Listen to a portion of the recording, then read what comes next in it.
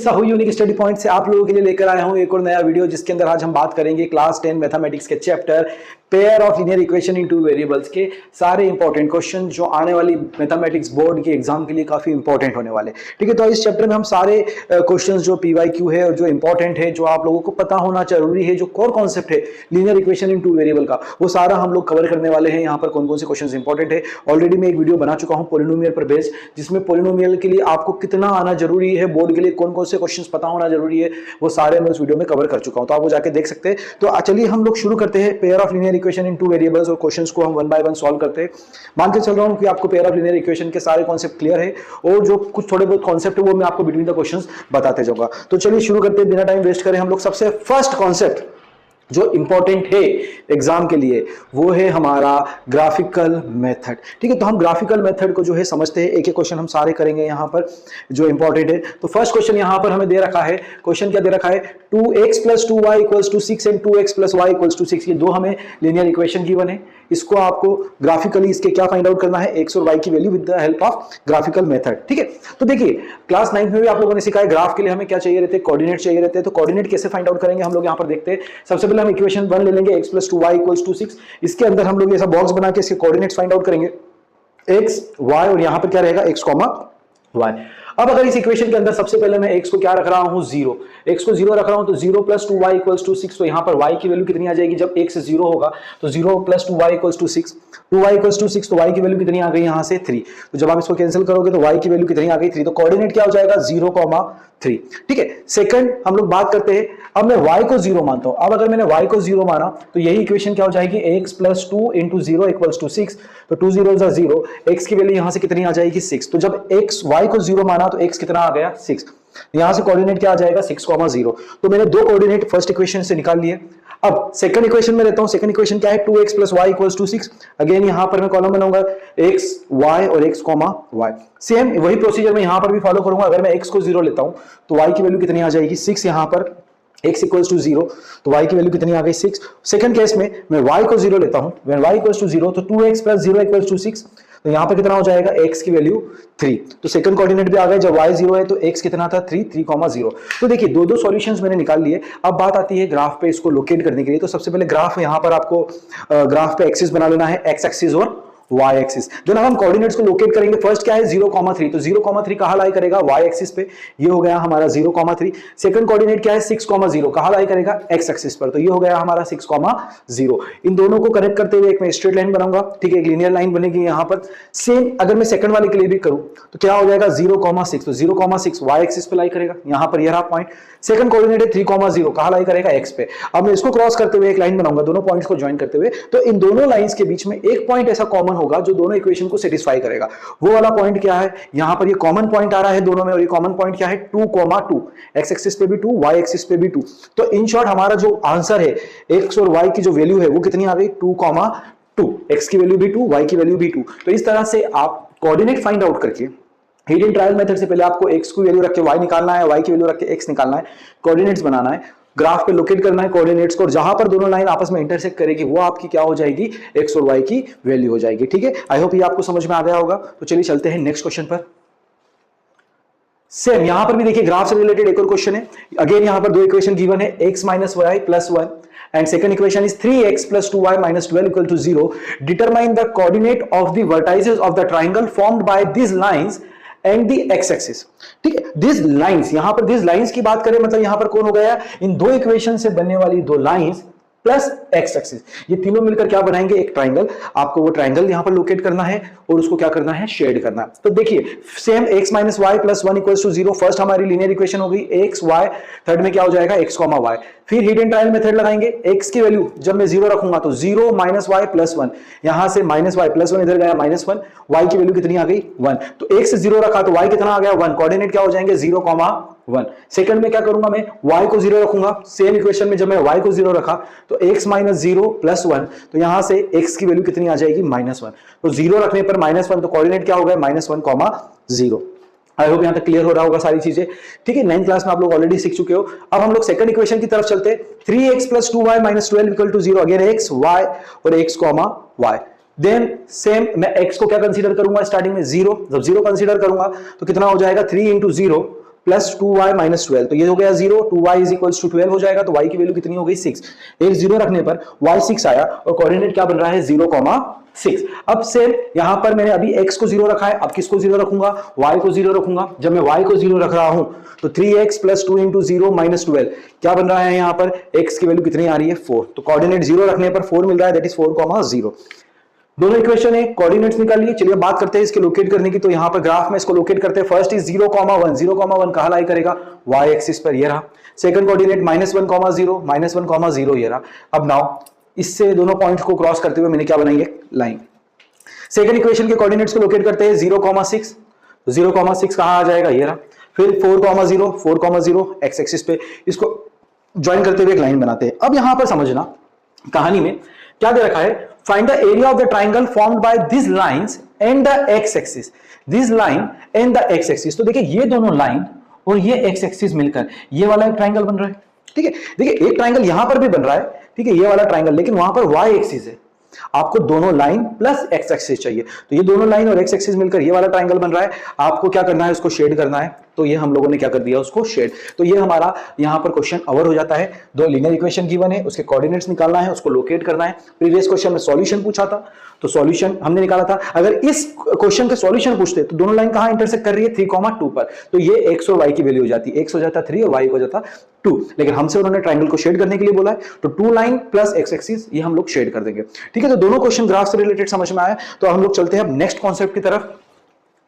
Next concept जो है वो है कंसिस्टेंसी एंड इनकंसिस्टेंसी, ठीक है। तो यहां से क्वेश्चन 100% बनना ही बनना है। कंसिस्टेंसी और इनकंसिस्टेंसी क्या होता है फटाफट देख लेते हैं। ये आपको मालूम है conditions, if a1/a2 is not equals to b1/b2, graphical representation में अगर ऐसा होता है, क्योंकि दो इक्वेशन के a1 और a2, b1 b2 c1 c2 आप लोगों को मालूम है, अगर ऐसा होता है तो लाइन क्या होती है, आपस में एक दूसरे को इंटरसेक्ट करती है, यूनिक सॉल्यूशन होता है, और ये क्या कहलाता है, consistent. a1/a2 is not equals to b1/b2 is not equals to c1/c2, graphical representation में लाइंस क्या होगी, पैरेलल, वो दोनों आपस में कभी इंटरसेक्ट नहीं करेगी, तो हमें कोई भी सॉल्यूशन, एक यूनिक सॉल्यूशन नहीं मिलेगा, नो सॉल्यूशन। और वो क्या ग्राफ क्या कहलाएगा, इनकंसिस्टेंट, उसके कोई भी x और y की वैल्यू पॉसिबल नहीं है। थर्ड, अगर तीनों a1/a2 is equals to b1/b2 equals to c1/c2 होता है, तो ये क्या होती है, दोनों लाइन एक दूसरे के ऊपर ओवरलैप करेंगी। दोनों कोऑर्डिनेट जो है उनके अगर आप लाइन ड्रॉ करोगे तो एक दूसरे के ऊपर ओवरलैप करेंगे। उस केस में इनफाइनाइटली मेनी सॉल्यूशन रहेगा, क्योंकि दोनों लाइन जब एक दूसरे के ऊपर ओवरलैप करेगी तो बहुत सारे कॉमन पॉइंट्स आपको मिल जाएंगे। तो वहां पर भी आप स्पेसिफिक x और y की कोई एक वैल्यू नहीं बता सकते, वहां पर यूनिक सॉल्यूशन नहीं मिलेगा, लेकिन बहुत सारी x और y की वैल्यूज पॉसिबल है, इसलिए वो भी किस कैटेगरी में आएगा, कंसिस्टेंट। तो ध्यान रखिए, यूनिक सॉल्यूशन और इनफाइनाइट दोनों किस कैटेगरी में आते हैं, कंसिस्टेंट। और नो सॉल्यूशन जब लाइन पैरेलल हो तो वो क्या कहलाता है, इनकंसिस्टेंट। अब इस पर बेस्ड क्वेश्चन कैसे आते हैं सर, तो वो भी हम लोग देख लेते हैं। देखिए, on comparing the ratios a1/a2 b1/b2 c1/c2, आपको बताना है कि ये लाइन कंसिस्टेंट है या इनकंसिस्टेंट है।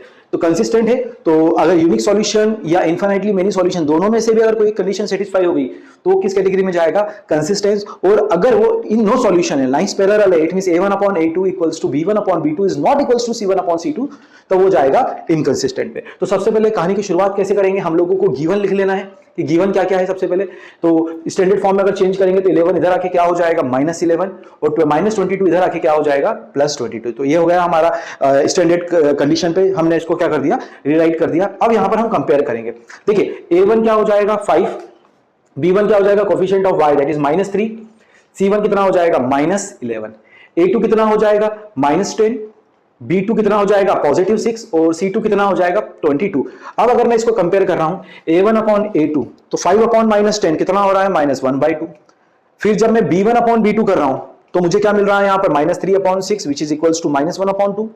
और जब मैं c1/c2 कर रहा हूं तो भी मुझे क्या मिल रहा है, -11/22 विच इज इक्वल्स टू -1/2। तो तीनों ही केस में a1/a2 इक्वल्स टू b1/b2 हो रहा है, इक्वल्स टू c1/c2 हो रहा है। मतलब ये कौन सी कंडीशन सेटिस्फाई हो रही है, इनफाइनाइटली मेनी सॉल्यूशन की। और इनफाइनाइटली मेनी सॉल्यूशन है तो मुझे मालूम है वो किस कैटेगरी में जाता है, कंसिस्टेंट की कैटेगरी में। तो इसका जो आंसर आएगा वो क्या आएगा यहां पर कि ये क्या है, कंसिस्टेंट है। तो ये वाली कंडीशन जो है वो सेटिस्फाई हो रही है। The two line coincide with each other have an infinite solution, so the pair of linear equation are consistent. ठीक है, तो ये सारा जो गेम है ये, इसके लिए आपको कंडीशन पता होना बहुत इंपॉर्टेंट है, तीनों कंडीशन, और किसको कंसिस्टेंट बोलते हैं और किसको कंसिस्टेंट इनकंसिस्टेंट बोलते हैं। ठीक है, तो चलिए चलते हैं नेक्स्ट क्वेश्चन पर।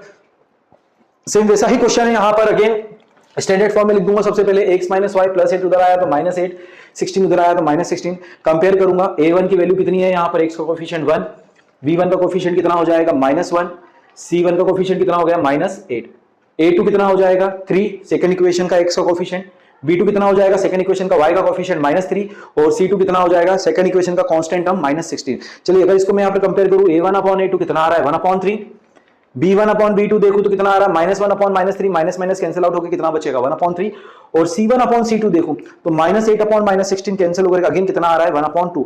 तो यहां से देखिए अब अगर मैं इसको कंपेयर कर रहा हूं तो a1 upon a2 b1 upon b2 के इक्वल आ रहा है 1/3 1/3, लेकिन वो c1 अपॉन c2 के इक्वल नहीं है, इसीलिए कौन सी कंडीशन पे जा रहा है, पैरेलल लाइंस पर जा रहा है।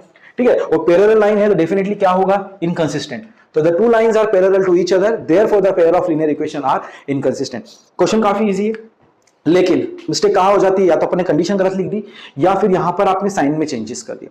तो आपको माइनस जब भी आ जाए थोड़ा सा मैथ्स में अलर्ट रहना है माइनस साइन के साथ। ठीक है, तो ये क्वेश्चन समझ में आ गया, ग्राफिकल मेथड समझ में आ गया, कंसिस्टेंट और इनकंसिस्टेंट पर बेस्ड क्वेश्चन समझ में आ गए।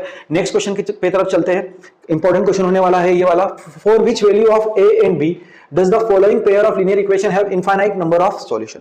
हमें कंडीशन दे रखी है कि जो यहां पर अभी आपको जो दो लीनियर इक्वेशन मिलेगी वो क्या बनाएंगे, इनफाइनाइट नंबर ऑफ सॉल्यूशन होंगे। कंडीशन इक्वेशन देख लेते हैं, 2x + 3y = 7 first linear equation, second is a - b * x + a + b * y = 3a + b - 2। ये हो गई हमारी सेकंड कंडीशन। फर्स्ट स्टेप क्या होती है लीनियर इक्वेशन में, सबसे पहले इस टाइप के क्वेश्चन आ जाए तो a1 a2 b1 b2 c1 c2 को हम लोग अलग से निकाल लेंगे सबसे पहले। तो सबसे पहले तो हम स्टैंडर्ड इक्वेशन में चेंज करेंगे, सॉरी यहाँ पर +7 इधर आके कितना हो जाएगा -7, ये पूरी वैल्यूज उठ के इधर आ जाएगी तो किसमें हो जाएगी माइनस, इसके आगे क्या लग जाएगा माइनस लग जाएगा। अब कंपेयर करा तो a1 कितना हो गया 2, b1 कितना हो गया भाई 3 और c1 कितना हो गया +7 इधर आया तो -7। सेकंड की बात करूं a2 कितना हो गया a - b, फिर b2 की बात करूं तो कितना हो जाएगा a + b और c2 की बात करें तो ये पूरी वैल्यू माइनस के साथ यहां पर आ जाएगी -3a + b - 2। तो आई होप यहां तक क्लियर हो गया। अब कंडीशन पे देख लेते हैं, इनफाइनाइट सॉल्यूशन हमें ऑलरेडी गिवन है, तो मुझे मालूम है इनफाइनाइट सॉल्यूशन मतलब ओवरलैप करेगी line a1 / a2 = b1 / b2 = c1 / c2। तो यहां पर कंडीशन लगा देते हैं a1 / a2 b1 / b2 और c1 / c2। सारी वैल्यूज यहां पर मैं पुट कर रहा हूं, देखिए मैंने वैल्यूज यहां पर पुट कर दी, इधर ये वाले माइनस से ये वाला माइनस क्या हो जाएगा कैंसिल हो गया। अब क्या कर रहा हूं मैं, फर्स्ट इक्वेशन और लास्ट इक्वेशन को कंपेयर कर रहा हूं, इक्वल कर रहा हूं। देखिए आप कोई भी दो इक्वेशन को कर सकते हैं, जरूरी नहीं आप फर्स्ट और लास्ट लो, आप फर्स्ट और सेकंड भी ले सकते हो, सेकंड और थर्ड भी ले सकते हो, इट्स अप टू यू, क्योंकि तीनों ही आपस में क्या है इक्वल है।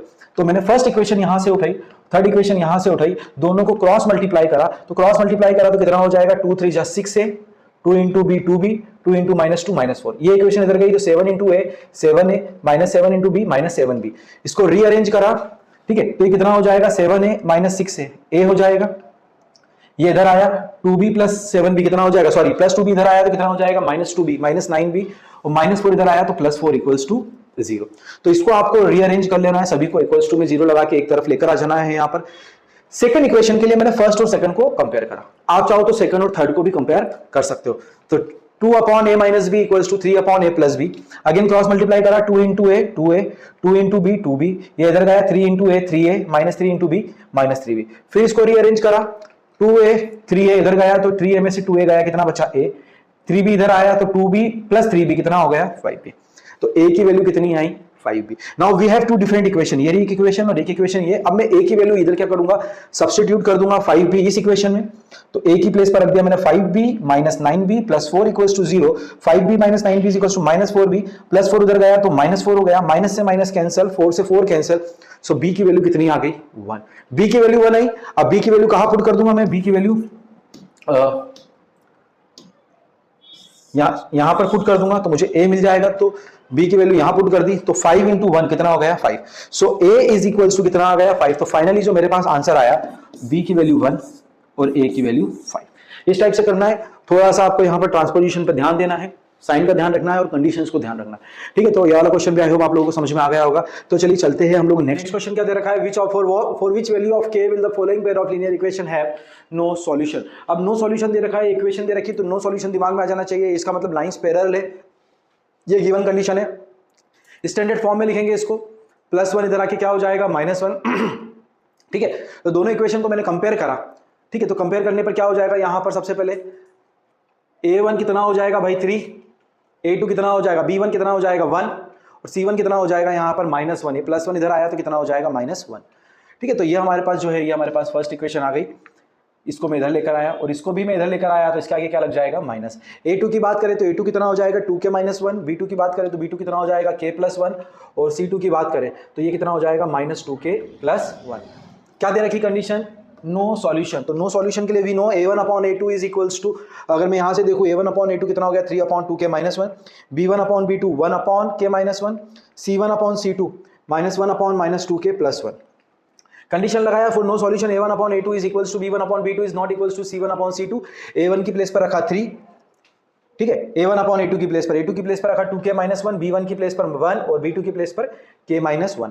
ट्रांसपोज करेंगे तो यहां पर कितना हो जाएगा 3k, 3 × -1 -3, ये इधर गया 2k -1 as it is, 2k इधर आया, 3k में से 2k गया, कितना बचा भाई इधर k की वैल्यू, 3k में से 2k गया बचा k, -3 उधर गया तो +3 हो जाएगा, -1 + 3 कितना हो गया 2, तो k की वैल्यू कितनी आ गई 2। तो आपने दोनों क्वेश्चन देखे, इनफाइनाइटली मेनी सॉल्यूशन हो तो कैसे निकालना है, नो सॉल्यूशन हो तो कैसे निकालना है। बस एक चीज पे ध्यान देना है, स्टैंडर्ड फॉर्म में चेंज करना है, A1 A2 की वैल्यू सही रखना है और कंडीशन आपको सही पुट करना है। तो चलिए चलते हैं नेक्स्ट क्वेश्चन पर। अब हम लोग चलते हैं प्रॉब्लम बेस्ड ऑन नंबर, अब हम वर्ड प्रॉब्लम की तरफ चलते हैं।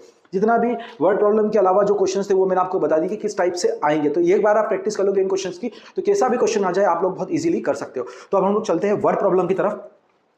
प्रॉब्लम बेस्ड ऑन नंबर पे यहां पर एक क्वेश्चन आया, if we add 1 to the numerator and subtract 1 from the denominator, fraction reduces to 1, it become 1/2 if we only 1 to the denominator, what is the fraction. ठीक है, ये question आप लोगों ने देखा हुआ है, एनसीईआरटी का क्वेश्चन है, इसे हमें साइडलाइन नहीं करना है, इंपॉर्टेंट क्वेश्चन है। देखिए क्वेश्चन के कॉन्सेप्ट को आना ये जरूरी नहीं है कि आपका आंसर 100% सही जाएगा, स्टेप्स पे भी आपको ध्यान देना। जल्दी जल्दी में स्टूडेंट के कॉन्सेप्ट आता है, ओवर एक्साइटेड में जो है वो इक्वेशन तो बना देते हैं, लेकिन उसके बाद में जल्दी जल्दी में वो ट्रांसपोजिशन में, प्लस को माइनस में चेंज करने में, डिवीजन में बहुत छोटी छोटी मिस्टेक कर देते हैं, जो बाद में खुद भी नहीं पकड़ पाते कि मिस्टेक कहाँ हुई है। ठीक है, तो बिल्कुल ध्यान से समझना है। If we add 1 to the numerator, आपको फ्रैक्शन बताना है, तो जब भी दिमाग में आया फ्रैक्शन तो न्यूमरेटर और डिनोमिनेटर आया। ठीक है, तो न्यूमरेटर को हमको कुछ एज्यूम करना पड़ेगा, तो न्यूमरेटर को हमने क्या मान लिया, original fraction, numerator is x and denominator is y, तो फ्रैक्शन क्या हो जाएगा x/y, where y is not equals to 0। तो यहां ध्यान रखना जब भी इस टाइप के क्वेश्चंस आए, अगर आपकी वैल्यू डिनोमिनेटर अगर आपकी वैल्यू अगर 0 आ रही है, it means you are wrong somewhere, आपने कुछ ना कुछ मिस्टेक करी है।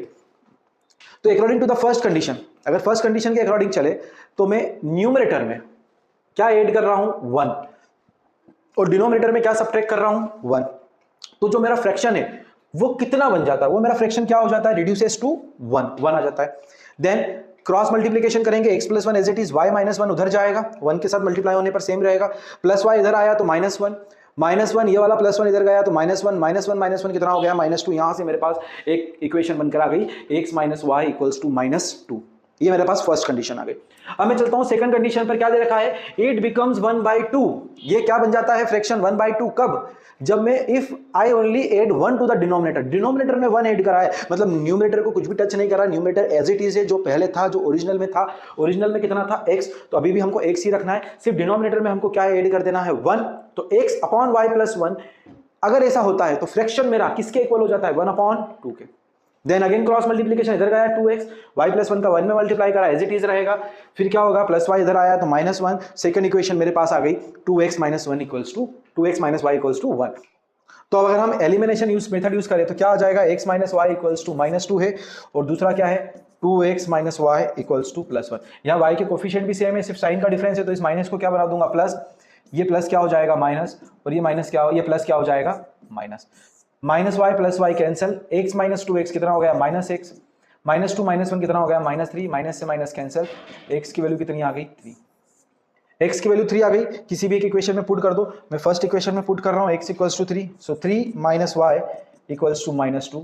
-2 इधर आया, 3 + 2 कितना हो गया 5, y उधर गया -y कितना हो गया 5, तो y की वैल्यू कितनी आ गई 5। अब हमसे क्वेश्चन में पूछा है व्हाट इज द फ्रैक्शन, ध्यान रखना x और y में जल्दी जल्दी में छोड़कर नहीं आ जाना है, अदरवाइज 0.5 मार्क्स जो है आप लोगों के डिडक्ट हो जाएंगे। फ्रैक्शन पूछा है तो हमारा फ्रैक्शन क्या था x/y, x की वैल्यू कितनी आई 3 और y की वैल्यू कितनी आई 5, तो मेरा जो आंसर है वो क्या आ जाएगा 3/5। 5। तो ये हमारे पास वैल्यू हो गई। आई होप ये वाला क्वेश्चन आप लोगों को समझ में आया। अब देखिए कॉन्सेप्ट आपको मालूम है। अब ये कुछ भी दे दे, if we add 2 in the numerator and subtract 5 from the denominator it become 6/7, या if I only add 1 in the numerator या only subtract 2 from the denominator, किसी भी टाइप का क्वेश्चन आ जाए आपको इक्वेशन फ्रेम करते आना चाहिए। ठीक है, नेक्स्ट क्वेश्चन की तरफ। नेक्स्ट क्वेश्चन क्या है? The difference between 2 number is 26 and 1 number is 3 times the other, find them. अब यहाँ पर दो कंडीशन दे रखी है कि दो नंबर का जो डिफरेंस है वो कितना है 26, और उसमें से जो एक नंबर है वो दूसरे का कितना है 3 टाइम्स है। अगेन दो नंबर है, दो वेरिएबल, किसी एक को x मानना पड़ेगा, किसी एक को y। So let the two number be x and y। दो नंबर हमने क्या मान लिया x और y, और उनका डिफरेंस हमें गिवन है, तो नो डाउट किसी एक को हमको ग्रेटर नंबर एज्यूम करना पड़ेगा। तो हमने क्या एज्यूम कर लिया, where x is greater than y। तो फर्स्ट कंडीशन के अकॉर्डिंग x माइनस y कितना दे रखा है 26, दोनों नंबर के बीच का डिफरेंस कितना है 26, ये हो गई हमारे पास equation number 1। And the one number is 3 times the other, जो बड़ा वाला नंबर है वो छोटे वाले का 3 टाइम्स है, तो बड़ा नंबर कौन है यहाँ पर? डेफिनेटली x है। तो जो x है वो क्या है? इज मतलब क्या होता है? इक्वल्स टू 3 टाइम्स, मतलब मल्टीप्लाई किसका? अदर का। अदर नंबर क्या है? y। तो x is 3 times of y। अब सीधे ये वैल्यू उठा के हम लोग कहाँ रख देंगे? फर्स्ट इक्वेशन में इस x की वैल्यू 3y यहाँ रख दो, कितना हो जाएगा? 3y minus y equals to 26। 3y minus y equals to 2y equals to 26। y की वैल्यू कितनी हो गई? 13। y की वैल्यू 13 हो गई, x 3 टाइम्स है तो 13 3 कितना हो गया? 39। तो ये हमारा आंसर आ गया। y की वैल्यू 13 है और x की वैल्यू कितनी है? 39। ठीक है, तो चलिए चलते हैं नेक्स्ट क्वेश्चन पर। तो ये रहा हमारा next question. 2 number are in the ratio 3:4। दो नंबर अब हमें रेशो के फॉर्म में दे रखा है 3:4 है। If 4 is added to each number, अगर मैं हर एक नंबर में 4 ऐड करूंगा तो रेशो कितना हो जाएगा? 4:5। आपको नंबर बताना है। ये जो हमने इससे पहले जो क्वेश्चंस करे उससे मिलता जुलता ही है, बट यहाँ पर हमें ऑलरेडी दो नंबर के बीच का रेशो दे रखा है। तो अब यहाँ पर देखिए दो कंडीशन हम लोग कैसे बनाएंगे। Same, let the number be x and y। Number क्या है? x एंड y, तो उनका फ्रैक्शन क्या हो जाएगा? x अपॉन y, और x अपॉन y हमें कितना दे रखा है? 3:4। टू नंबर्स का जो रेशो है, x और y का जो रेशो है वो कितना दे रखा है? 3/4। यहां तक समझ में आया? बस इतना सा ही इस क्वेश्चन में नया था। क्रॉस मल्टीप्लीकेशन करेंगे, 4x इक्वल्स टू क्या हो जाएगा? 3y। 3y इधर आया, 4x minus 3y equals to क्या हो जाएगा? 0। ठीक है, तो ये बन गई इक्वेशन नंबर 1। दो नंबर का रेशो कितना दे रखा है? 3:4। तो x upon y 3/4, cross multiplication करा, हमारे सामने एक लीनियर इक्वेशन बन गई। इसको स्टैंडर्ड फॉर्म में चेंज कर दिया। सेकंड कंडीशन के हिसाब से if 4 is added to each number मतलब न्यूमरेटर में भी 4 ऐड करा और डिनोमिनेटर में भी 4 ऐड करा, सो x प्लस 4 y प्लस 4, तो रेशो कितना हो जाता है? 4:5। 4:5 देन क्रॉस मल्टीप्लीकेशन करा सॉरी 5x, 5 का मल्टीप्लाई इस पूरे में, 4 का मल्टीप्लाई इस पूरे में, 5 इंटू एक्स 5x, 5 4 कितना हो जाएगा? 20, 4 इंटू वाई 4y, 4 4 कितना हो गया? 16। इसको मैंने ट्रांसपोज करा, 4y इधर आया तो -4y, 20 उधर गया तो -20, 5x माइनस 4y 16 माइनस 20 कितना हो गया? -4। ये सेकंड इक्वेशन बन गई।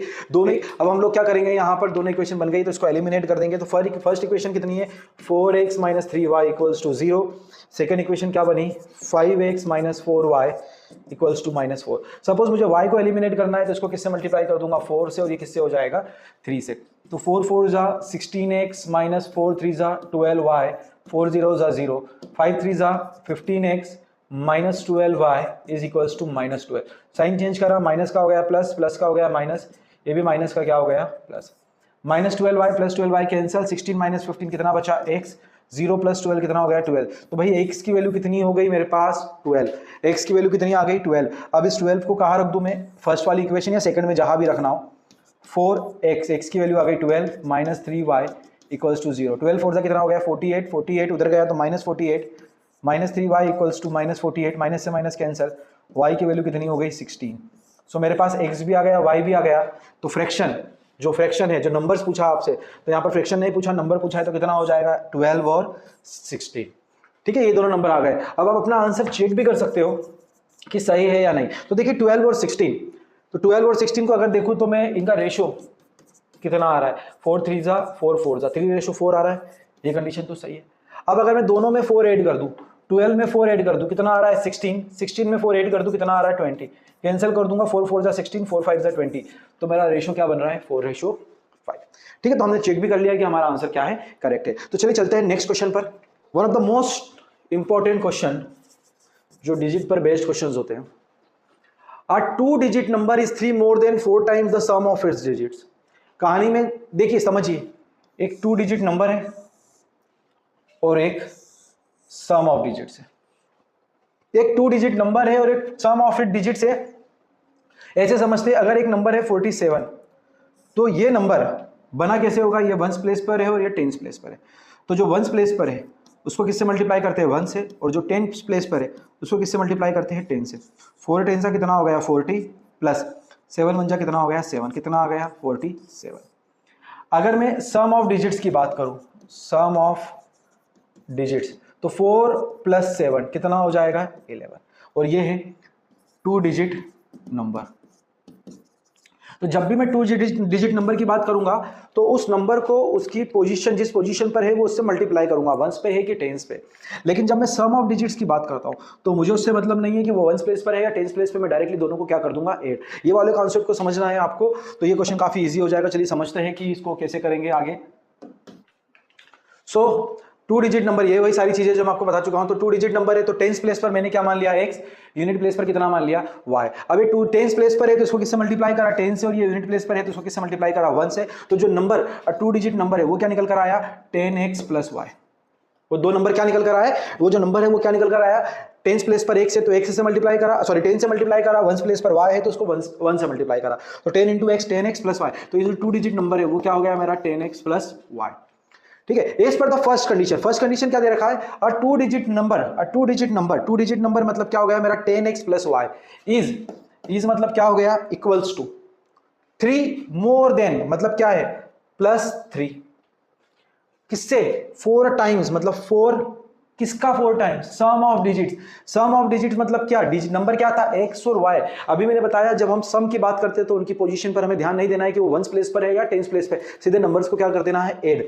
तो a 2 digit number is 3 more than 4 times the sum of digit. ठीक है, a 2 digit number is 3 more than 4 times the sum of digits. इसको सॉल्व करेंगे 10x plus y, 4x plus 4y equals to 3। जब transpose करेंगे तो हमारे पास finally equation क्या निकल कर आएगी 6x minus 3y equals to 3। इसको सॉल्व करेंगे तो 3 से डिवाइड कर दिया तो कितना आ जाएगा 2x minus Y equals to 1, 2x minus Y equals to 1, 2x minus Y equals to 1। ये हमारे पास फर्स्ट कंडीशन आ गई। अब हम लोग चलते हैं सेकंड कंडीशन पर। As per the second condition, if 18 is added to the number, अब इस नंबर में जब मैं 18 ऐड करूंगा, जब नंबर में 18 ऐड कर दूंगा, नंबर क्या था मेरे पास ये रहा नंबर, तो जब नंबर्स में 18 ऐड कर दूंगा तो डिजिट्स क्या हो जाएगी रिवर्स। रिवर्स का मतलब है वंस प्लेस वाला टेंस पे चले जाएगा, टेंस वाला वंस पे चले जाएगा। अभी टेंस पर कौन था x, वंस पर कौन है y। जब मैं रिवर्स करूंगा तो देखिए क्या हो रहा है, x उधर चले गया, y इधर आ गया। एक बार फिर से देखते हैं हम लोग, जब मैं इसको रिवर्स करूंगा तो y इधर आ जाएगा, x उधर चले जाएगा, लेकिन 1 और 10 अपनी प्लेस पर ही रहेंगे, वो इंटरचेंज नहीं होते। तो नंबर रिवर्स करने पर क्या बना, जो पहले मेरे पास 10x प्लस y था अब कितना बन गया 10y plus x। Digits reverse हो गई। अब क्या बोला है क्वेश्चन पे, when 18 is added to the number, जब 18 किसमें ऐड कर रहा हूं ओरिजिनल नंबर में, देन क्या हो रहा है डिजिट्स आर रिवर्स।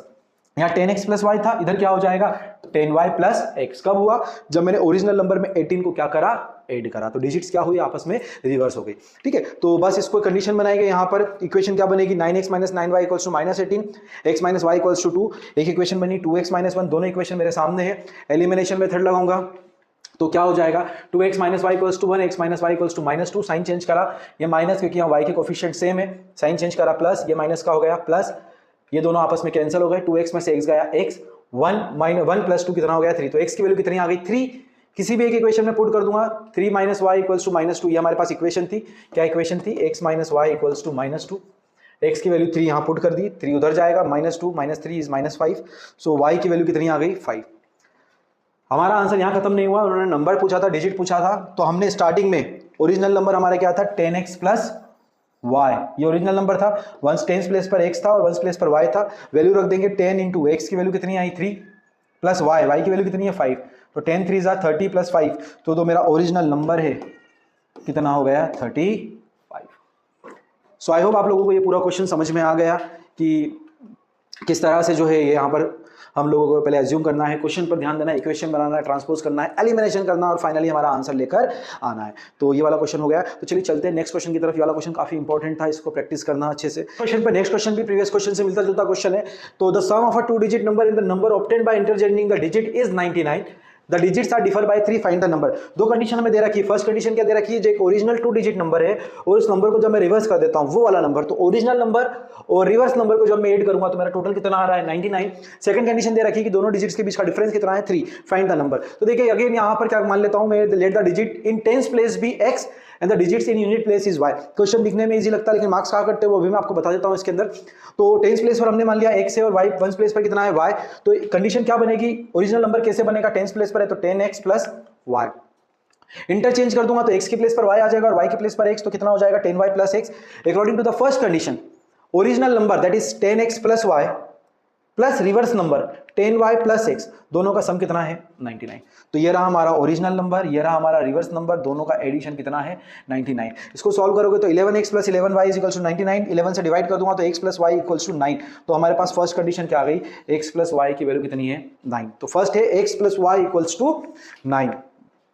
अब इस जगह पर थोड़ा सा ध्यान देना है, यहां पर ही बहुत सारे बच्चे आउट हो जाते हैं। If the digits differ by 3, दोनों के बीच में डिफरेंस 3 का है, तो देखिए 36 अगर मैं ले रहा हूं तो इन नंबर के बीच का डिफरेंस भी 3 और 6 के बीच का डिफरेंस 3 है, और 63 ले रहा हूं तो इनके बीच का डिफरेंस भी कितना है 3 है, ठीक है। या फिर मैं 47 ले रहा हूं तो भी डिफरेंस 3 है, 74 ले रहा हूं तो भी 3 है। तो एग्जैक्टली हम नहीं बोल सकते हैं कि वंस प्लेस पर जो नंबर है वो ग्रेटर ही होगा या टेंस प्लेस पर जो नंबर है वो ग्रेटर ही होगा। यहां पर देखिए टेंस प्लेस पर नंबर छोटा है लेकिन यहां पर वंस टेंस प्लेस पर नंबर बड़ा है। तो यहां पर दो कंडीशन आती है कि वंस प्लेस पे जो नंबर है वो बड़ा भी हो सकता है और छोटा भी हो सकता है। तो केस नंबर 1, जब हमारा टेंस प्लेस पे जो नंबर है वो क्या है बड़ा है, तो क्या बनेगा, बड़ा number that is x minus ones place पे जो नंबर है वो छोटा है दैट इज y, दोनों के बीच का डिफरेंस कितना है 3, ठीक है। नाउ इसको हमने दे दिया इक्वेशन नंबर 2। तो अब हमारे पास दो इक्वेशन है, एक तो है x plus Y equals to 9, जो ओरिजिनल नंबर और रिवर्स करने पर जो नंबर आया उनको ऐड करके बना। सेकंड कंडीशन, जब मैंने x को y से ग्रेटर माना तो दोनों के बीच का डिफरेंस 3 है। इन दोनों को अगर मैं सॉल्व करता हूं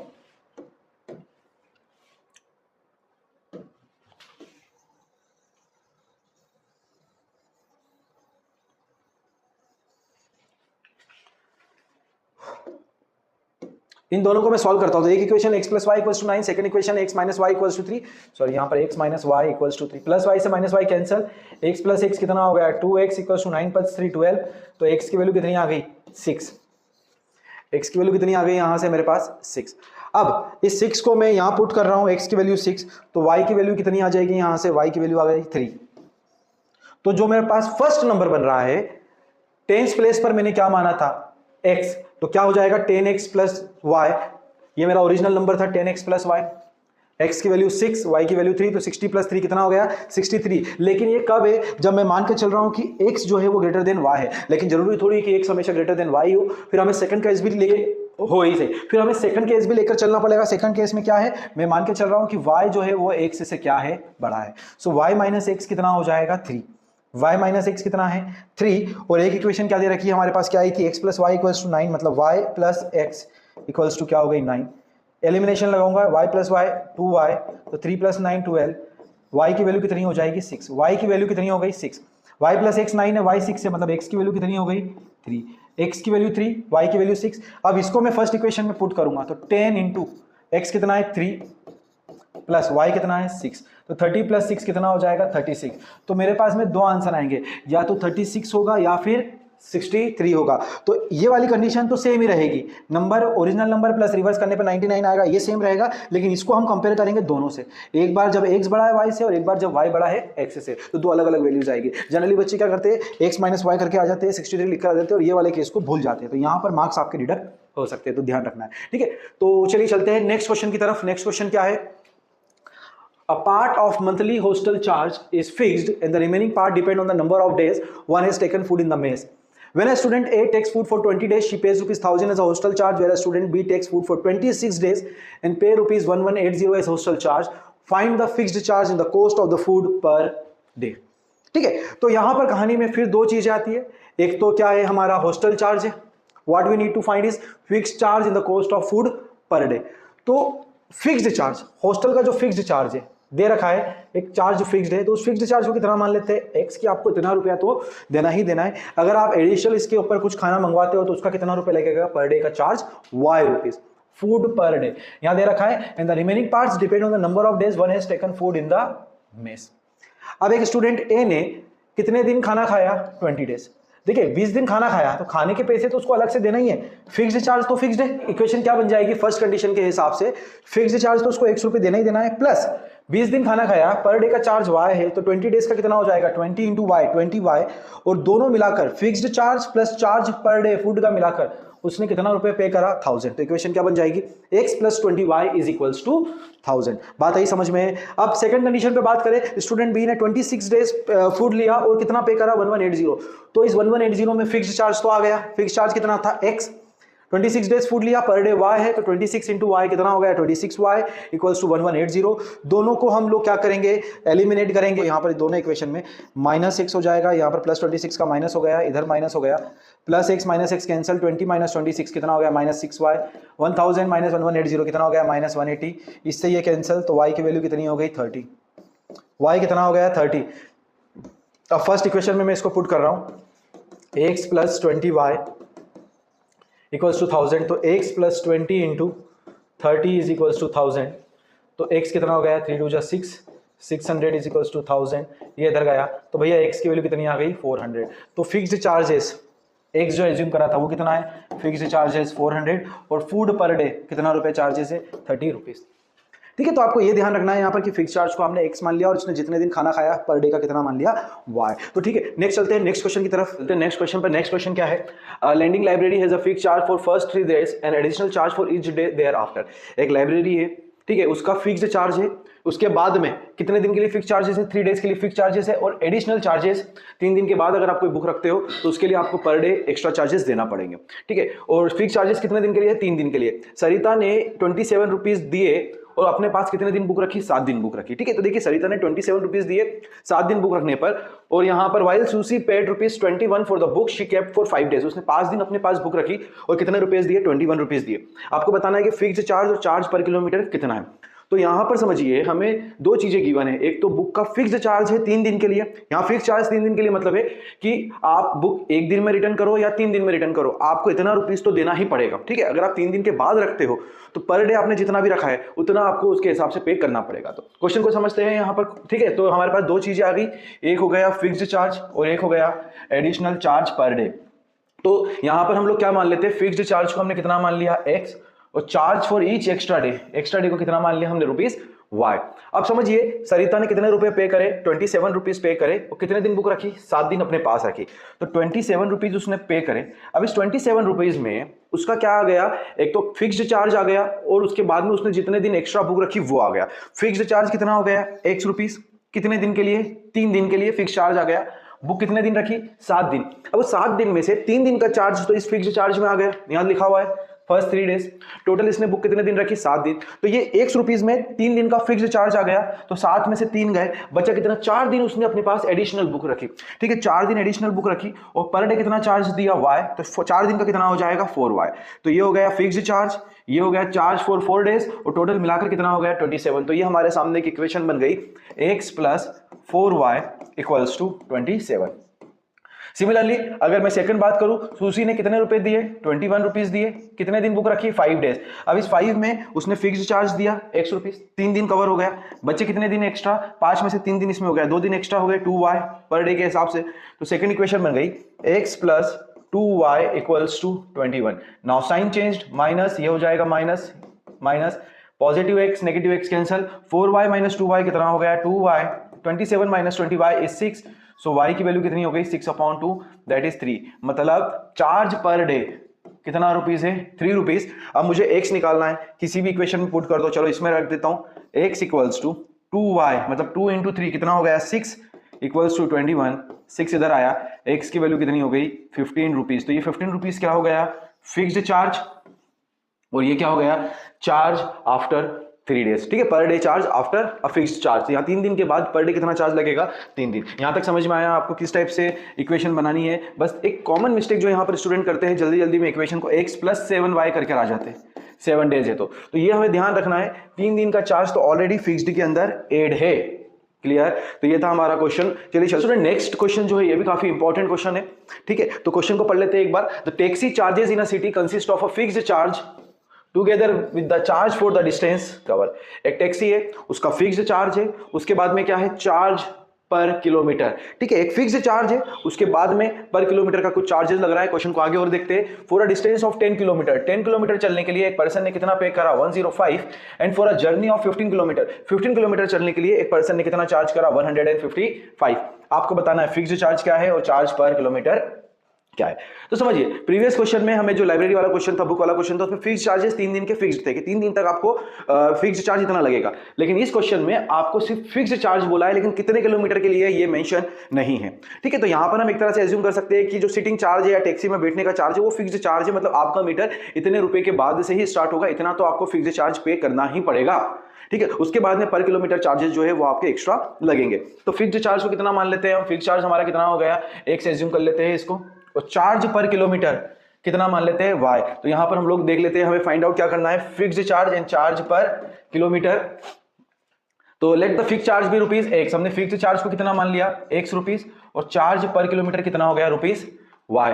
अब कंडीशन 1 को देखते हैं, पर्सन ने 10 किलोमीटर चलने के लिए कितने दिए 105, तो 105 रुपीस दिए। अब इस 105 में पर्सन ने क्या दिया होगा, टैक्सी का फिक्स्ड चार्ज कितना x रुपीस, कितना किलोमीटर चला 10 किलोमीटर, और पर किलोमीटर का चार्ज कितना है y है, तो 10 किलोमीटर का कितना हो जाएगा 10y। तो ये हमारे पास फर्स्ट इक्वेशन बन गई, फिक्स्ड चार्ज, ठीक है, या सिटिंग चार्ज जो भी आप बोल दो, 10y, 10 किलोमीटर पर किलोमीटर इज ₹y, तो ये चार्ज प्लस फिक्स्ड चार्ज दोनों मिलाकर कितना दिया 105, प्रीवियस क्वेश्चन जैसा ही है, बस वहां पर हमें 3 दिन का फिक्स्ड चार्ज 3 दिन के लिए था, तो हम एडिशनल चार्ज उस 3 दिन के बाद काउंट करते हैं। बट यहाँ पर स्टार्टिंग में ही फिक्स्ड चार्ज है और पर किलोमीटर का 10y, y है तो 10 किलोमीटर का 10y। नेक्स्ट इक्वेशन जो बनेगी उसमें 155 रुपीज है, कितनी दूर के लिए, फिक्स्ड चार्ज तो एक सही, उसके अलावा 15 किलोमीटर पर किलोमीटर y, तो 15 इंटू वाई कितना हो गया 15y। दोनों इक्वेशन में साइन चेंज, माइनस माइनस, ये भी क्या हो गया minus, positive x negative x cancel down, 10 minus 15 कितना हो गया -5y, 105 माइनस 155 कितना हो गया -50, माइनस से माइनस कैंसिल, यहां से y की वैल्यू कितनी हो गई 10, y कितना हो गया 10 रुपीस, मतलब एडिशनल चार्ज कितना है पर किलोमीटर ₹10। अब किसी भी एक इक्वेशन में वैल्यू पुट कर दो, चलो यहां पुट कर देता हूं मैं, y की वैल्यू 10 है तो 10 10 से कितना हो जाएगा 100 इधर आया तो 105 में से 100 गया कितना बचा 5, तो x की वैल्यू कितनी आ गई ₹5, मतलब जो फिक्स्ड चार्ज है, फिक्स्ड चार्ज कितना रुपीस है 5 रुपीस, और चार्ज पर किलोमीटर कितना है 10 रुपीस। अब ये तो मैंने फाइंड आउट कर लिया fixed charge and charge per kilometre. Now next question is how much does a person have to pay for a travelling of 25 kilometre. So for 25 kilometre अगर एक पर्सन जा रहा है तो उसको फिक्स्ड चार्ज कितना देना है 5 रुपीस तो देना ही देना है, प्लस 10 रुपीस पर किलोमीटर के हिसाब से कितना दूर गया 25, तो 5 रुपीस तो ये हो गया, प्लस 10 रुपीस के हिसाब से 25 किलोमीटर के 250, so finally he has to pay ₹255 to travel 25 kilometre. ठीक है, तो ये हमारा क्वेश्चन हो गया है। आप लोगों ने देखा डिजिट्स वाले क्वेश्चन हम लोगों ने देख लिए, न्यूमरेटर और डिनोमिनेटर फ्रैक्शन वाले क्वेश्चन देख लिए, अब हम लोगों ने ये फिक्स्ड चार्ज वाले 2 से 3 क्वेश्चंस देख लिए। तो चलिए चलते हैं नेक्स्ट क्वेश्चन पर। तो नेक्स्ट क्वेश्चन पर चलते हैं। On the first day of the sale of tickets of a drama 35 tickets in all were sold. तो एक कोई ड्रामा हुआ है, वहां पर ओवरऑल कितने टिकट सेल हुए, फर्स्ट डे में 35 टिकट जो है वो सेल हुए। If the rates of the tickets were ₹20 and ₹40, तो वहां पर 2 अलग अलग टाइप की टिकट्स है, एक है 20 रुपीज वाली और एक है 40 रुपीज वाली टिकट, तो दोनों मिलाकर कितनी टिकट्स बिकी 35, एंड द ओवरऑल कलेक्शन कितना रुपए हुआ 900। आपको बताना है कि find the number of ticket sold off each rupees, की 20 रुपीज वाली कितनी बिकी और 40 रुपीज वाली कितनी टिकट्स बिकी। ठीक है, तो यहां पर समझते कि ₹20 वाली कितनी टिकट्स बिकी x, और ₹40 वाली कितनी टिकट्स बिकी y। अब फर्स्ट कंडीशन है कि टोटल कितनी टिकट्स बिकी 35, तो हमारे पास फर्स्ट कंडीशन क्या हो जाएगी x plus y is equals to 35, 20 rupees वाली x, 40 रुपीज वाली नंबर ऑफ टिकट्स y, और टोटल टिकट कितनी आ गई 35। तो ये बन गई हमारी एक इक्वेशन। सेकंड इक्वेशन है 20 रुपीज वाली कितनी बिकी x, तो 20 रुपीज वाली x बिकी, मतलब टोटल कलेक्शन कितना होगा इस टिकट से 20x। 40 रुपीज वाली कितनी टिकट्स बिकी y, तो 40 इंटू y कितना हो जाएगा टोटल कलेक्शन 40y, ये हुआ x रुपए वाली टिकट 20 रुपीज वाली टिकट से, ये हुआ 40 रुपीज वाली टिकट से, और ओवरऑल टोटल कलेक्शन कितने का हुआ 900 का। क्लियर, ये दोनों इक्वेशन बन गई। बस अब क्या करना है, इसको एलिमिनेशन मेथड या सब्स्टिट्यूशन से आप सॉल्व कर सकते हो। अगर मैं एलिमिनेशन लगाऊं तो इसको मल्टीप्लाई कर दूंगा 20 से और इसको करूंगा 1 से, तो ये ऊपर वाली इक्वेशन कितनी हो जाएगी 20x plus 20y is equals to 700। नीचे वाली equation 20x plus 40y is equals to 900। Sign change करूंगा, माइनस माइनस, ये भी क्या हो जाएगा minus, 20x minus 20x cancel, 20y minus 40y minus 20y 700 minus 900 कितना हो गया -200। कैंसल की वैल्यू कितनी आ गई 10, मतलब 40 रुपीज वाली कितनी टिकट्स बिकी 10 टिकट्स। और x प्लस वाई चलते Durga's mother give some 10 rupees notes and some 5 rupees notes to her. Durga की मदर ने उसको 10 रुपीज के कुछ नोट्स दिए और 5 रुपीज के कुछ नोट दिए, which amount to rupees 120। Total मिलाकर कितना रुपए हो रहा है 190 रुपीज हो रहे हैं। If the number of 10 rupees notes and 5 rupees worth notes would have been interchanged, I would have rupees 185 in my hand। तो जितने 10 रुपीज के नोट पहले दिए थे और 5 रुपीज के नोट्स पहले दिए थे तो मिलाकर कितना हो रहा था 190 रुपीज। अब अगर नोट को इंटरचेंज कर दिया, पहले जितने 10 रुपीज के नोट दिए थे अब वो 5 रुपीज के नोट दे रहे हैं, और जितने पहले 5 रुपीज के थे वो नंबर ऑफ नोट्स कितने हो गए अब 10 रुपीज के। तो नाउ अब उसके पास कितने रुपए आते हैं 185। अब आपको बताना है कि दुर्गा के पास 10 रुपीज और 5 रुपीज के कितने notes given to Durga starting में दिए हुए थे। ठीक है, काफी इजी क्वेश्चन है। ऐसा ही क्वेश्चन आप लोगों की बुक में एनसीईआरटी में मीना वेंट टू बैंक वाला क्वेश्चन भी है, जिसमें ओवरऑल टोटल 35 नोट्स मिले थे, 2000 रुपीज टोटल थे। मिलता जुलता क्वेश्चन है, थोड़ा सा यहाँ पर दो अलग अलग कंडीशन दे दिए। तो इनिशियली हम मान लेते हैं कि दुर्गा को 10 रुपीज के कितने नोट्स थे एक्स नोट्स, और 5 रुपीज के कितने नोट्स थे वाई नोट्स। कंडीशन क्या दे रहे 10 रुपीज के एक्स नोट है, मतलब टोटल वैल्यू कितनी हो गई 10x। 5 रुपीज के वाई नोट है, मतलब वैल्यू कितनी हो गई 5y, और दोनों मिलाकर उसके पास कितने रुपए है 190। सेकंड कंडीशन है अगर नोट्स इंटरचेंज कर दी। नाउ अब 10 रुपीज के उसके पास कितने नोट्स है 10 रुपीज के उसके पास कितने नोट्स है y, और 5 रुपीज के कितने नोट हो गए x। ये इंटरचेंज कर दिया, ये इधर चले गया और ये इधर आ गया। तो अब उसके टोटल पास कितने बचे 185, मतलब 5 रुपीज के x नोट्स है, मतलब कितने हो गए इसका टोटल वैल्यूज कितनी हो गई 5x। 10 रुपीज के y नोट है, मतलब कितना हो गया 10y, और टोटल मिलाकर कितना रुपीज हो गया 185। अब देखिए यहाँ पर मुझे एलिमिनेट करना है, तो क्या करूँ मैं इस इक्वेशन को, मैं अगर मुझे x को एलिमिनेट करना है तो इस पूरी इक्वेशन को मैं क्या कर दूं 5 को 10 बनाना है, 2 से मल्टीप्लाई कर दूं और इसको 1 से ही रहने दूं। तो ऊपर वाली इक्वेशन तो एज इट इज रहेगी 10x plus 5y is equals to 190। नीचे वाली इक्वेशन हो जाएगी 5 2 10x प्लस 10 2 20y, और 185 2 180 कितना हो गया 360, ये हो जाएगा हमारा 370। ठीक है, अब sign change, minus minus minus 10x minus 10x cancel, 5 minus 20y कितना हो गया माइनस 15y, और ये हमारा कितना हो जाएगा आएगा 180। ये y से माइनस कैंसिल 180 अपॉन 15 कितना हो जाएगा ये 12। सो जो y है y मतलब 5 रुपीज के कितने नोट्स थे स्टार्टिंग में उसके पास 12, तो 5 रुपीज के कितने नोट्स हो गए 12 नोट्स। अब मुझे x निकालना है, किसी भी एक इक्वेशन में पुट कर दो। मैं यहाँ पुट कर देता हूँ, सपोज इसकी वैल्यू कहाँ पुट कर देता हूँ मैं फर्स्ट इक्वेशन में पुट कर देता हूँ 10x 12 5 जा कितना हो गया 60 इधर गया, 190 में से 60 गया, कितना बचा 130, 0 से 0 कैंसिल, x की वैल्यू कितनी आ गई 13। तो x मतलब क्या 10 रुपीज के कितने नोट्स थे 13 नोट्स। तो ये हमारे पास आंसर आ गया कि इनिशियली दुर्गा के पास 5 रुपीज के 12 नोट्स थे और 10 रुपीज के कितने नोट्स है 13 नोट्स है। ठीक है, आई होप ये वाला क्वेश्चन भी आप लोगों को क्लियर हो गया। तो चलिए चलते हैं हम लोग नेक्स्ट क्वेश्चन पर। Question based on age related जितनी भी वर्ड प्रॉब्लम्स है जो आपके एनसीईआरटी की बुक में है, ठीक है, वो हम लोग डिस्कस करेंगे। एक्स्ट्रा क्वेश्चन जो है वो हम लोग डिस्कस करेंगे। एक कोर कॉन्सेप्ट को लेकर 2-3 क्वेश्चन से कोर कॉन्सेप्ट समझेंगे कि इस क्वेश्चन को सॉल्व कैसे करना है। ठीक है, बहुत सारे क्वेश्चन एज के बन सकते हैं, लेकिन हमें कॉन्सेप्ट को ध्यान रखना है, तो आप कोई भी क्वेश्चन आराम से कर सकते हो। तो चलिए चलते हैं क्वेश्चन पर। फर्स्ट क्वेश्चन देख लेते हैं क्या है। 5 year hence, जो काफी फेमस क्वेश्चन है आप लोगों की बुक का। 5 year hence the age of Jacob will be 3 times that of his son. 5 year ago Jacob's age was 7 times of his son. What are their present age? तो चलिए यहाँ पर 2 कंडीशन दे रखी है और कहानी में 2 कैरेक्टर है, एक है जेकब और एक है उसका बेटा। कहानी की शुरुआत कहाँ से होती है 5 year hence, hence मतलब आगे 5 साल बाद। तो आपको एक चीज इस टाइप के क्वेश्चन में समझना है कि कभी भी एज वाले क्वेश्चन आ जाए तो आप जो एज्यूम करते हो एज को वो प्रेजेंट एज से करेंगे। ठीक है, तो जो आप एज्यूम करोगे वो स्टार्टिंग आपके प्रेजेंट एज से होना चाहिए। उसके बाद फिर हम क्वेश्चन के अकॉर्डिंग उसको पास्ट में ले जाना है, फ्यूचर में ले जाना है, वो बाद में डिसाइड करेंगे, लेकिन स्टार्टिंग हमेशा आपकी कब से होना चाहिए प्रेजेंट एज से होना चाहिए। यहाँ पर चलिए हमें क्या फाइंड करना है दोनों की प्रेजेंट एज। तो let the present age of Jacob be x year. Jacob की प्रेजेंट एज क्या मान लेते हैं x, और सन की प्रेजेंट एज कितनी मान लेते हैं y।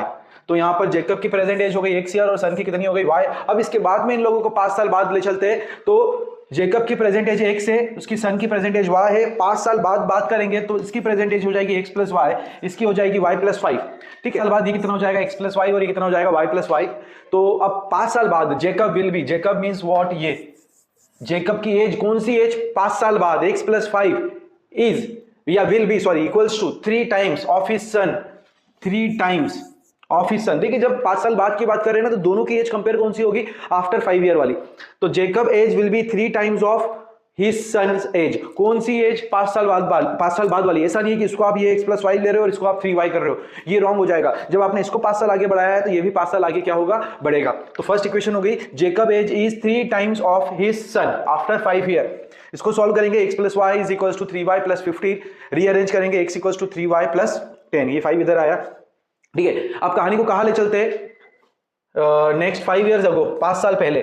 अब दूसरी बात यहां पर ध्यान रखना है, पहली चीज तो ये हो गई कि हमेशा प्रेजेंट एज से शुरुआत करते हैं। दूसरा हमें यह ध्यान रखना है कि जब भी आप अगर बैक में जा रहे हैं या बैक से प्रेजेंट में जा रहे हैं, पास्ट से प्रेजेंट में जा रहे हैं या पास्ट से फ्यूचर में जा रहे हैं या फ्यूचर से पास्ट में जा रहे हैं, हमेशा जो कैलकुलेशन होगा, जो रेफरेंस पॉइंट होगा, वो आपका क्या रहेगा, प्रेजेंट एज। हमेशा कैलकुलेशन कहां से होता है, प्रेजेंट एज से होगा। अब कहानी को 5 साल पहले ले गए तो 5 साल पहले यहां से नहीं, कहां से कंपेयर कर रहे हैं, प्रेजेंट एज से। तो प्रेजेंट एज x है, 5 साल पहले जेकब कितना हो जाएगा, x - 5, और हिज सन y है, 5 साल पहले कितना हो जाएगा, y - 5। तो क्वेश्चन को यहां पर वापस आ जाते हैं, according to the second condition Jacob's age, कौन सी एज, 5 साल बाद वाली, that is x - 5 was equals to 7 time of his son. Son की कौन सी एज, 5 साल पहले वाली। जेकब की एज 5 साल पहले वाली ली तो सन की एज भी 5 साल पहले वाली लेना है।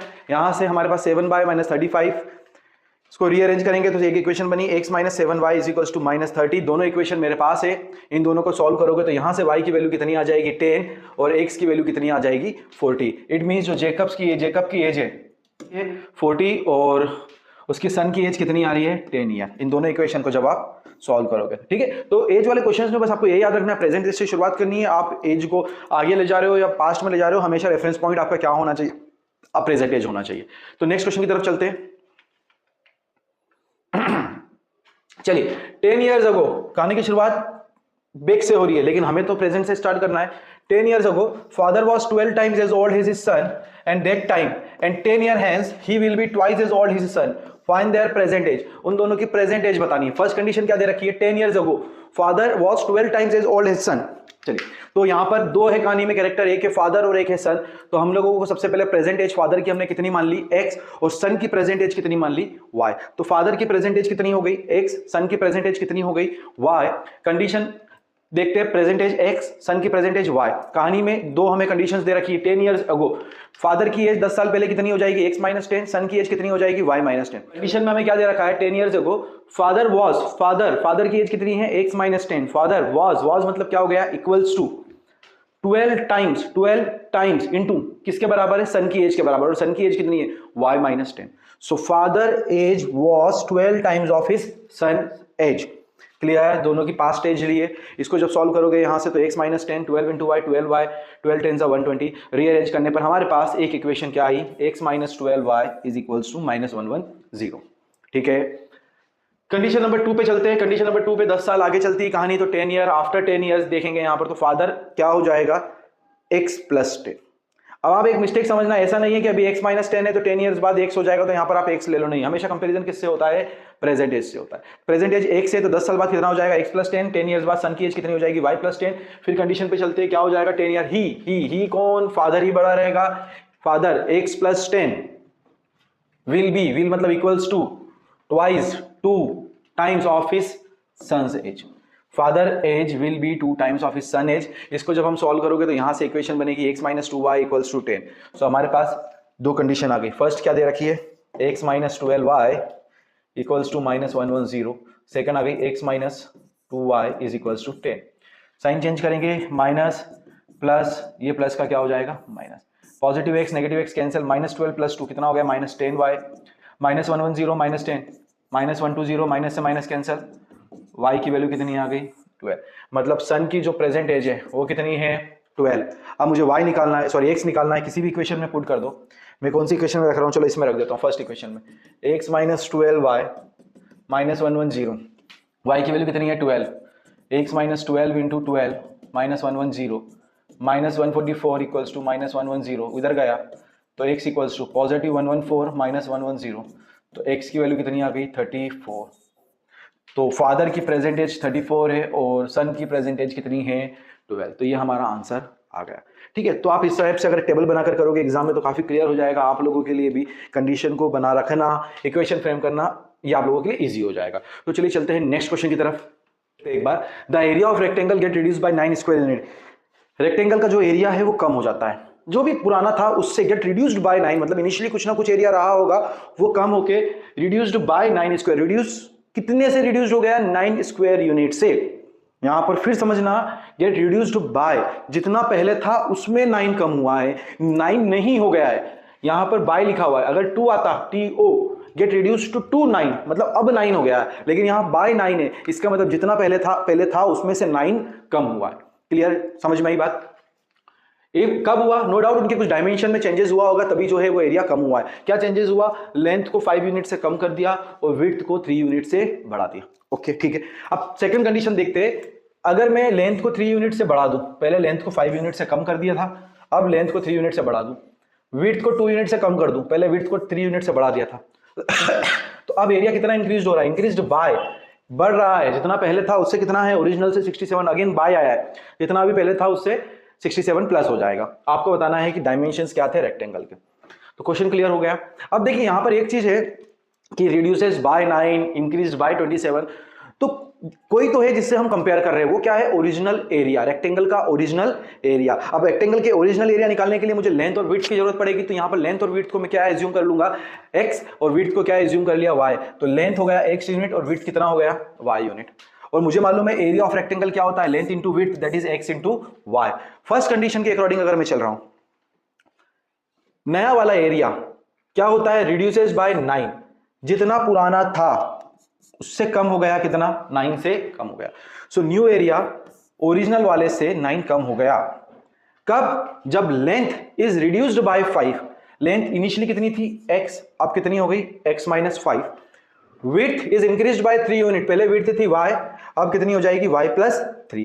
तो ये है न्यू वाली लेंथ, ये है न्यू वाली विड्थ, इन दोनों को जब मैं मल्टीप्लाई करूंगा तो मुझे क्या मिलेगा? न्यू वाला एरिया। समझिएगा, ये है न्यू वाली लेंथ, ये है न्यू वाली विड्थ, इन दोनों को मल्टीप्लाई करूंगा तो मुझे क्या मिलेगा? New length into new width, you will get new area. New length मेरे पास है, न्यू विड्थ मेरे पास है, न्यू एरिया मेरे पास है, बस इक्वेशन बनानी है। Length into width is equals to area. या मैं रिपीट करता हूं, new length new width is equals to new area. इसको जब आप सॉल्व करोगे तो यहां पर इसको ओपन करोगे, x into y, x y plus 3x minus 5y minus plus minus 15 xy minus 9, तो xy से xy कैंसिल होकर आपके पास फाइनली एक इक्वेशन ये बनेगी।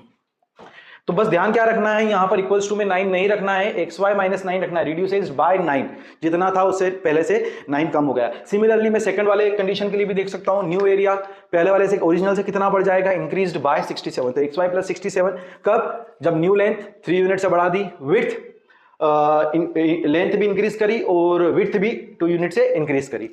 तो new length new width new area, इसको जब आप ओपन सॉल्व करोगे तो आपको एक और इक्वेशन मिलेगी, 2x plus 3y equals to 61। अब मेरे पास एक इक्वेशन ये है, एक इक्वेशन ये है। दोनों इक्वेशन का क्या करना है आप लोगों को मालूम है। यहां से आप सॉल्व करोगे तो आपको क्या मिल जाएगा? x और y ही क्या है? लेंथ और विड्थ। ठीक है, तो जो मुझे कॉन्सेप्ट समझाना था वो आप लोगों को समझ में आया। इसके आगे का फर्दर आप लोग यहाँ पर सॉल्व कर सकते हो। तो चलिए चलते हैं नेक्स्ट क्वेश्चन पर। नेक्स्ट क्वेश्चन पर यहां दे रखा है, places A and B are 100 kilometre apart on highway. एक हाईवे पे है, दो प्लेस है, पॉइंट ए और पॉइंट बी, उनके बीच की डिस्टेंस कितनी है? 100 किलोमीटर। और दे रखा है अगर एक कार स्टार्ट होती है पॉइंट ए और पॉइंट बी से, तो चलिए समझते हैं यहाँ पर एक फिगर से, ये पॉइंट ए है और ये पॉइंट बी है, इन दोनों के बीच की डिस्टेंस कितनी है? 100 किलोमीटर। सेम टाइम पर ए और बी से क्या स्टार्ट होती है? कार स्टार्ट होती है एट द सेम टाइम, और कार ट्रेवल कर रहे हैं सेम डायरेक्शन में, मतलब कार ए भी इधर जा रही है और कार बी भी यहां से इधर जा रही है, तो दोनों विथ डिफरेंट स्पीड, दोनों की स्पीड क्या है? अलग अलग है।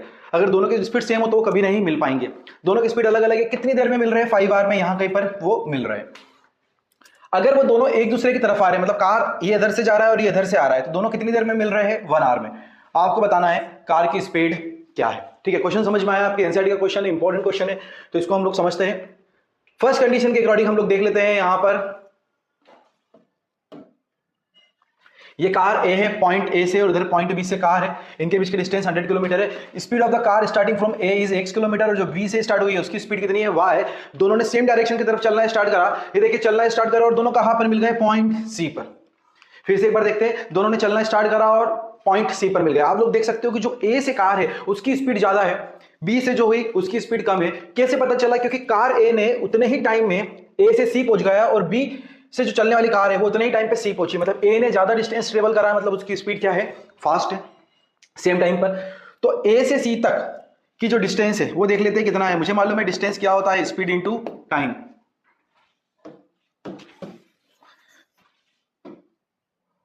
तो डिस्टेंस कितना होता है, डिस्टेंस होता है स्पीड इनटू टाइम। अगर मैं कार ए की बात करूं तो कार ए को यहां से यहां तक आने में क्या स्पीड लगी x, और यहां से यहां तक आने में कितना टाइम लगा 5r। तो डिस्टेंस ए मतलब डिस्टेंस AC का जो डिस्टेंस है वो कितना हो गया 5x, यहां से यहां तक की डिस्टेंस कितनी हो गई 5x। अब अगर मैं सेम डिस्टेंस BC की बात करूं तो distance equal to speed into time, यहां से यहां तक आने में स्पीड कितनी है y, और इसको भी टाइम कितना लग रहा है 5, तो कितना हो गया 5y। तो BC की डिस्टेंस कितनी हो गई 5y, क्योंकि दोनों 5r में मिल रहे हैं, मतलब इसने 5 घंटे में यहां से यहां तक का डिस्टेंस ट्रेवल करा और इसने इतना ही करा। अब मान लेते हैं कि दोनों C पॉइंट पे मिले। अब यहां पर क्या दे रखा है देखिए, समझिए ध्यान से, डिस्टेंस AC कितना हो जाएगा यहां से यहां तक, अभी अपन ने निकाला 5x, डिस्टेंस BC यहां से यहां तक कितना हो जाएगा 5y। क्या हो गया, समझ में आ गया, स्पीड इनटू टाइम। अब मुझे मालूम है AB की डिस्टेंस कितनी है 100, तो डिस्टेंस AB इज 100।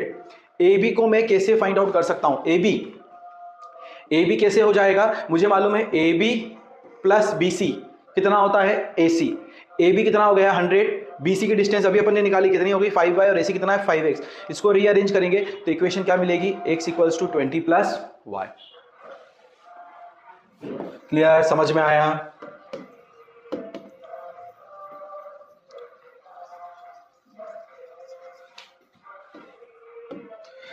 चलिए अब अगर मैं बात करता हूं सेकंड कंडीशन पर, जब दोनों सेम डायरेक्शन में आ रहे हैं, सॉरी दोनों अपोजिट डायरेक्शन में आ रहे हैं, सेकंड कंडीशन के अकॉर्डिंग अब दोनों जब अपोजिट डायरेक्शन में आ रहे हैं, देखिए ए से आ रहे हैं, फिर से हम लोग देख लेते हैं ए और बी से ये दोनों किस पॉइंट पे मिलेंगे, आके मिलेंगे पॉइंट सी पर। ए से सी तक जाने में कितना टाइम लग रहा है 1 आवर, और बी से सी तक आने में भी कितना लग रहा है 1 आवर। तो सेम यहां पर हम लोग लिखेंगे सेकंड वाली कंडीशन में डिस्टेंस AC कितना हो जाएगा, स्पीड कितनी है, distance is equal to speed into time. Speed कितना है x, टाइम है 1, तो 1 इंटू x कितना हो गया x। मैं अगर बात करूं BC की डिस्टेंस तो स्पीड है y और टाइम कितना लग रहा है 1, तो y। टोटल डिस्टेंस AB क्या हो जाएगा AC प्लस CB। तो distance AC plus BC is equals to AB, AC plus CB is equals to AB। तो AC की वैल्यू x, BC की वैल्यू y, इसकी वैल्यू 100। तो ये सेकंड इक्वेशन मिल गई। तो फर्स्ट इक्वेशन और ये वाली इक्वेशन जब इन दोनों को सॉल्व करेंगे तो हमारे पास y की वैल्यू कितनी आ जाएगी 40, और x की वैल्यू कितनी आ जाएगी 60। मतलब y की जो इनिशियल स्पीड है वो 40 किलोमीटर पर आवर है, और x की जो स्पीड है वो 60 किलोमीटर पर आवर है। तो आई होप ये वाला क्वेश्चन आप लोगों को समझ में आ गया। तो ये हमारा पूरा चैप्टर था लीनियर इक्वेशन इन 2 वेरिएबल, जो मैंने यहाँ पर कवर करा।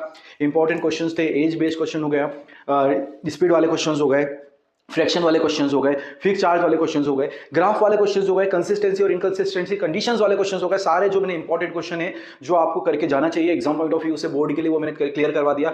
तो आई होप ये वीडियो आप लोगों को अच्छा लगा है। तो पॉलिनोमियल पे भी मैं एक वीडियो बना चुका हूँ, इस पर भी बना लिया है। आगे जो है मैं क्वाड्रेटिक इक्वेशन पे एक वीडियो बनाने वाला हूँ, जिसके वर्ड प्रॉब्लम्स, जो इंपॉर्टेंट वर्ड प्रॉब्लम है वो मैं कवर करने वाला हूँ। तो बने रहिए इस वीडियो पर, और चलिए मिलते हैं नेक्स्ट लेक्चर में एक नए वीडियो के साथ।